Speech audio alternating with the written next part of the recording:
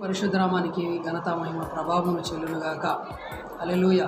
ఈరోజు దేవుని వాగ్దానము సంఖ్యాకాండము 12వ అధ్యాయము 7వ వచనం మనం చూస్తే, అతడు నా ఇల్లంతటిలో నమ్మకమైన వాడు. అతడు నా ఇల్లంతటిలో నమ్మకమైన వాడు. ఎవడు అతను అంటే మోషే. ప్రేమన దేవుని బిడ్డలారా, మోషే ఇల్లంతటిలో కూడా ఎంతో నమ్మకంగా ఉన్నాడు. మరి మనం మన ఇంట్లో నమ్మకంగా ఉంటున్నామా? మనకిచ్చినటువంటి పనిలో నమ్మకంగా ఉంటున్నామా? మనకిచ్చిన ఉద్యోగంలో నమ్మకం ఉంటున్నామా? అధికారంలో నమ్మకంగా ఉంటున్నామా? ఏ విషయంలో మనం నమ్మకంగా ఉంటున్నాం? ఒక భార్య భర్త పట్ల నమ్మకంగా ఉండట్లేదు. ఒక భర్త భార్య పట్ల నమ్మకంగా ఉండట్లేదు. పిల్లలు తల్లిదండ్రుల పట్ల నమ్మకంగా ఉండలేదు. కనుక మరి దేవుని పట్ల నమ్మకంగా ఉండలేదు. మరి బాధలు ఉన్నప్పుడు, కష్టాలు ఉన్నప్పుడు, రోగాలు ఉన్నప్పుడు, సమస్యలు ఉన్నప్పుడు మాత్రం నమ్మకంగా మరి దేవుని దగ్గరికి వస్తున్నారు.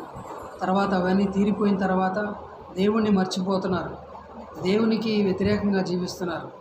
కాబట్టి దేవుడు ఈ సమయంలో మరి నమ్మకంగా ఉండేవాడికి దీవెనలు మెండు అని సామెతలు 28:20లో రాయబడి ఉంది.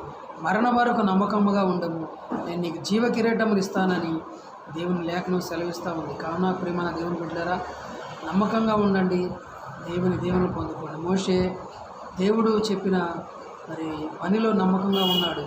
మనము కూడా నమ్మకంగా ఉంటే ఈ లోకపరమైన ఆశీర్వాదాలు పొందుకుంటాము. అలాగనే పరలోకంలో కూడా దేవుని ఆశీర్వాదాలను నిండుగా పొందుకుంటాం. దేవుడు మిమ్మల్ని దీవించును గాక. ఆమేన్.